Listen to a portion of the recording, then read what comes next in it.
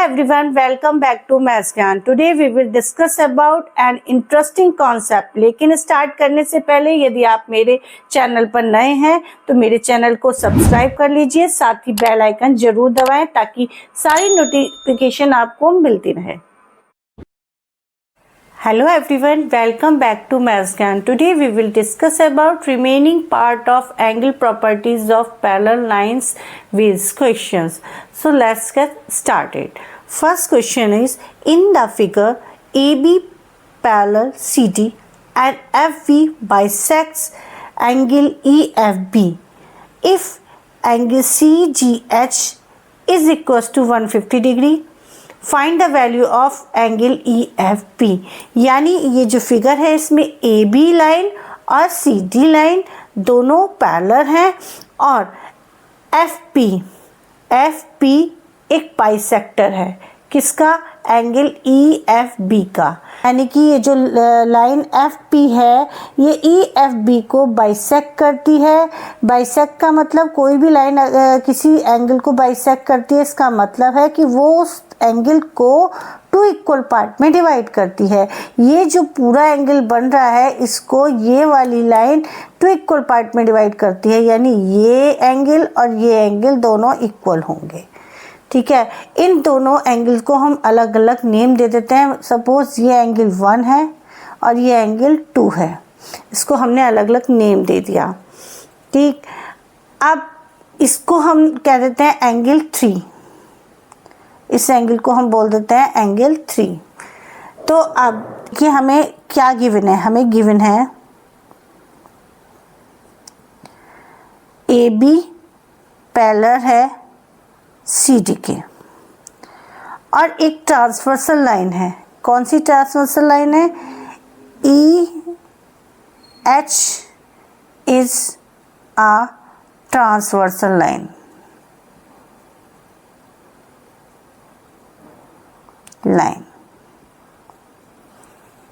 ई H transversal line है. तो angle 3 is equals to angle 150 degree. क्यों इक्वल होंगे? क्योंकि ये दोनों एंगल कॉरस्पॉन्डिंग एंगल हैं. कॉरस्पॉन्डिंग क्योंकि एक ट्रांसवर्सल लाइन की एक ही साइड के एंगल हैं और पैरेलल लाइंस जो हैं उनके नीचे के दोनों एंगल क्या होंगे? कॉरस्पॉन्डिंग एंगल होंगे. ये नीचे के एंगल कॉरस्पॉन्डिंग और कॉरस्पॉन्डिंग एंगल इक्वल होते हैं एक दूसरे के. यानी एंगल 3 होगा 150 डिग्री के. और एंगल 3 किसके इक्वल होगा? एंगल 3 इक्वल होगा एंगल ई एफ बी के. इस पूरे एंगल के इक्वल होगा एंगल 3, क्योंकि ये दोनों वर्टिकली अपोजिट होंगे. क्यों होंगे? क्योंकि वर्टिकली अपोजिट एंगल है.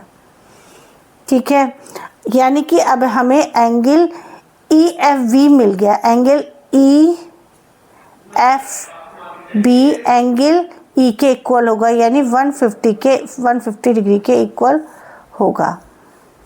एंगल एफ पी भी आ गया. Angle F E F P. अब देखिए एंगल ई एफ पी की वैल्यू आ गई 150, यानी ये पूरा एंगल आ गया 150 डिग्री के इक्वल. लेकिन इस पूरे एंगल को एक ये जो रे जा रही है एफ पी, ये बाइसेक्ट करती है इस एंगल को टू इक्वल पार्ट्स में. यानी कि कौन सी रे इसको बाइसेक्ट करती है? एफ पी रे जो है वो इसको बाइसेक्ट करती है. That mean angle E F और P E F P equal होगा वो एंगल पी एफ बी के. एंगल पी एफ बी के ये दोनों एंगल इक्वल होंगे क्योंकि ये एफ पी जो है इस पूरे एंगल को बाइसेक्ट करता है. इट मीन ये दोनों अलग अलग एंगल एक दूसरे के इक्वल होंगे. और ये कैसे आएंगे? ये जो है एंगल ई एफ बी के हाफ है. ठीक है, एंगल ई एफ बी को हाफ करने पे आएंगे. एंगल ई एफ बी कितना है 150 डिग्री। इसका अगर हाफ करेंगे तो क्या आएगा, 2 7 जा 2 1 जा 2, 2 7 जा 14 और 1 10 हो गए और 2 5 जा 10 यानी 75 डिग्री। यानी एंगल ई एफ पी और एंगल पी एफ बी दोनों इक्वल हैं और 75 डिग्री के हैं। यानी हमसे जो पूछा था एंगल ई एफ पी के बारे में पूछा था, एंगल ई एफ और पी इसकी वैल्यू 75 डिग्री होगी। यानी एंगल ई एफ पी भी होगा 75 डिग्री। नेक्स्ट देखिए, अब हमें ये फिगर गिवन है जिसमें ए बी पैरेलल है सी डी के और हमें एक्स और वाई की वैल्यू फाइंड करनी है। तो हमें जब पता है गिवन क्या है, हमें ए बी पैरेलल है सी डी के, ये हमें गिवन है और इसकी ट्रांसवर्सल लाइन 2 है। एक बार तो देखिए ट्रांसवर्सल लाइन इसमें है, अगर हम अगर हम बी सी को ट्रांसवर्सल लाइन माने, B C is a transversal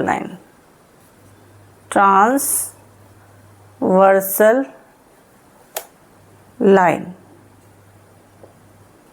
अगर बी सी ट्रांसवर्सल लाइन है, ए बी और सी डी को ये 2 पॉइंट पर डिफरेंट पॉइंट पर कट कर रही है, ए बी को बी पर और सी डी को सी पर कट कर रही है। यानी कि ये दोनों एंगल ये 63 और वाई दोनों एंगल इक्वल होंगे। एंगल वाई इक्वल होगा एंगल 63 के, 63 डिग्री के। क्यों इक्वल होगा? क्योंकि ये दोनों एंगल अल्टरनेट इंटीरियर एंगल हैं, इसीलिए ये दोनों एंगल इक्वल होंगे। यानी y 63 के इक्वल होगा। ये दोनों पैरेलल लाइंस हैं और इन लाइन के ये ट्रांसवर्सल लाइन है BC और इसकी एक साइड में 63 है, उसकी अपोजिट साइड में y है। तो ये मतलब इसका मतलब ये अल्टरनेट इंटीरियर एंगल्स हो गए और दोनों इक्वल हो गए। ठीक है। अब अगर ये दोनों पैरेलल लाइंस है और हमने अब की बार हम इसी को ट्रांसवर्सल लाइन मानते हैं। AC is a transversal line.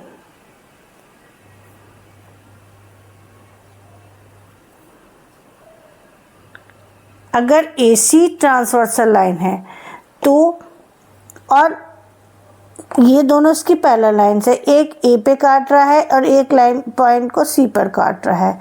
यानी कि ये एंगल और ये एंगल इक्वल होंगे क्योंकि ये दोनों कॉरस्पॉन्डिंग एंगल होंगे। ठीक है।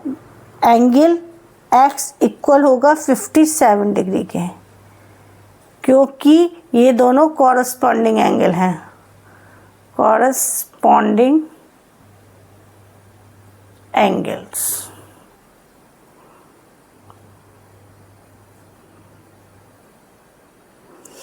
तो अब हमारी x की वैल्यू भी आ गई है और y की वैल्यू भी आ चुकी है। हमें एक फिगर गिवन है जिसमें हमें AB पैरेलल है CD के और EF पैरेलल है AB, CD और EF तीनों पैरेलल लाइंस हैं और उसमें कुछ एंगल्स हमें गिवन है। जैसे कि हमें यहाँ पर 65 गिवन है, यहाँ 20 डिग्री गिवन है। हमें x और y की वैल्यू फाइंड करनी है। हमें क्या फाइंड करना है? To find value of x and y। x और y की हमें वैल्यू फाइंड करनी है। तो हमें पहले देखिए, हमने यहाँ पर जो इनको हम नेम दे देते हैं। ये O है, ये P है, ये Q है। यानी अगर AB पैरेलल है CD के और उसकी एक ये जो OP जो लाइन जा रही है वो क्या है? एक ट्रांसवर्सल लाइन है।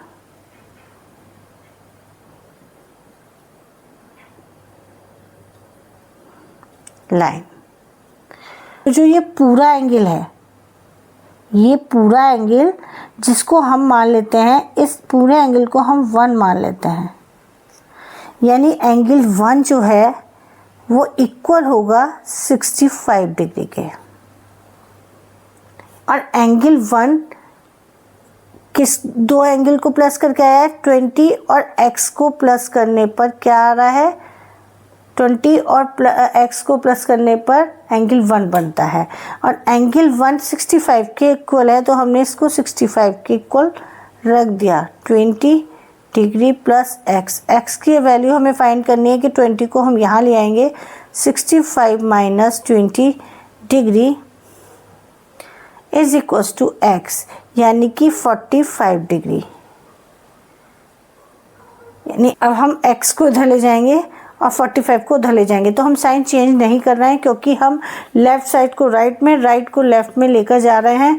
तो दोनों को अगर हम साइन चेंज भी करेंगे तो साइन से साइन कैंसिल होके वो फिर प्लस में हो जाएगा, तो हम साइन चेंज नहीं करेंगे। अगर दोनों तरफ की साइड को चेंज करना होता है तब हम साइन चेंज नहीं करते हैं, यानी x की वैल्यू 45 डिग्री आ गई है। अब यहाँ पर हमें क्या करना है, अगर CD पैरेलल है EF के और OQ is a transversal line,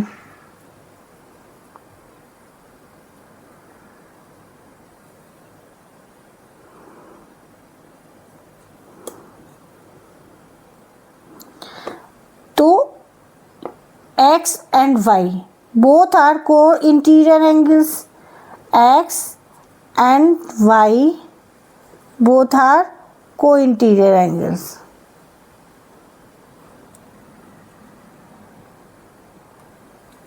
दोनों को इंटीरियर एंगल्स हैं, इसीलिए इन दोनों एंगल का सम जो होगा वो 180 के इक्वल होगा।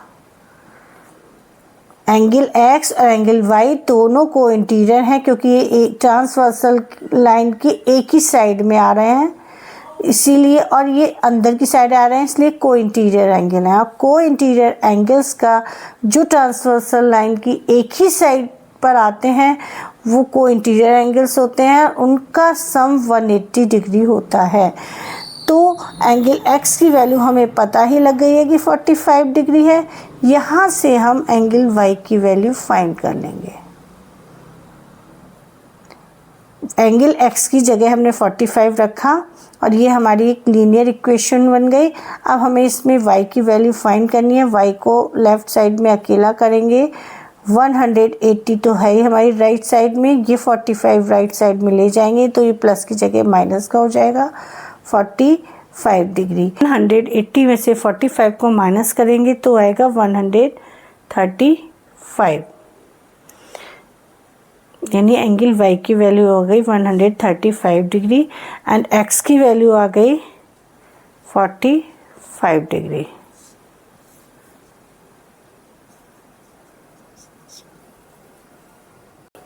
नेक्स्ट हमें ये फिगर गिवन है जिसमें ये तीनों साइड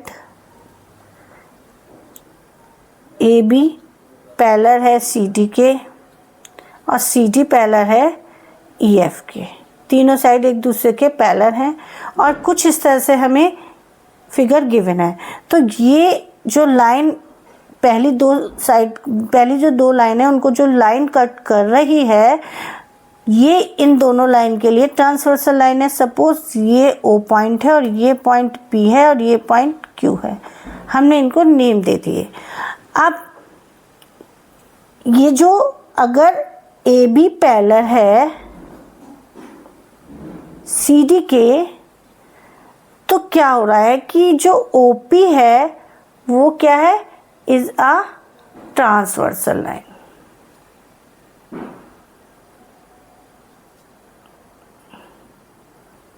ट्रांसवर्सल लाइन क्योंकि OP इसकी ट्रांसवर्सल लाइन है, दैट मीन 45 और x इक्वल होंगे क्योंकि एक ट्रांसवर्सल लाइन के अपोजिट साइड के एंगल्स हैं। इट मीन ये both are alternate interior angles, both are alternate interior angles, that's why angle x is equals to 45 degree because both are alternate interior angles. Is it clear? Now we can see if CD and EF both are parallel and OQ is a transversal line. No. अगर angle OPB is equals to 100 degree, अगर ये पूरा angle 100 degree है और ये इतना angle x है, x 45 degree है, तो हमें ये रिमेनिंग एंगल पता लग जाएगा। अगर 100 में से हम x को इतना एंगल माइनस कर दें तो हमारा ये इतना एंगल फाइंड हो जाएगा। तो अगर हमें इस एंगल को फाइंड करना पड़ा है तो हम इसको नेम दे देते हैं एंगल 1, ठीक है। तो एंगल 1 कैसे निकल के आएगा? एंगल 1 को निकालने के लिए हमें क्या करना होगा, पूरे एंगल 100 में से हमें एंगल x जो कि 45 डिग्री है वो हमें इसमें से माइनस करना होगा। तो जब 100 में से 45 डिग्री को हम माइनस करेंगे तो हमें क्या मिलेगा? हमें मिलेगा 55 डिग्री, 55 डिग्री, यानी एंगल 1 की वैल्यू आ गई 55 डिग्री और एंगल 1 इक्वल होगा एंगल y के। क्यों होगा? क्योंकि ये भी क्या है, ये अल्टरनेट इंटीरियर एंगल है, क्योंकि ये दोनों क्या है, CD और EF ये दोनों कैसी हैं, पैरेलल लाइंस हैं और OQ यहाँ की ट्रांसवर्सल लाइन है। तो y और 1 दोनों हो गए इंटीरियर अल्टरनेट इंटीरियर एंगल्स, तो दोनों क्या होगा, इक्वल हो गए, यानी कि एंगल y की जो वैल्यू होगी वही होगी जो एंगल 1 की आई है 55 डिग्री, यानी एंगल y की वैल्यू भी हमारी आ गई और एंगल x की भी वैल्यू हमारी आ गई।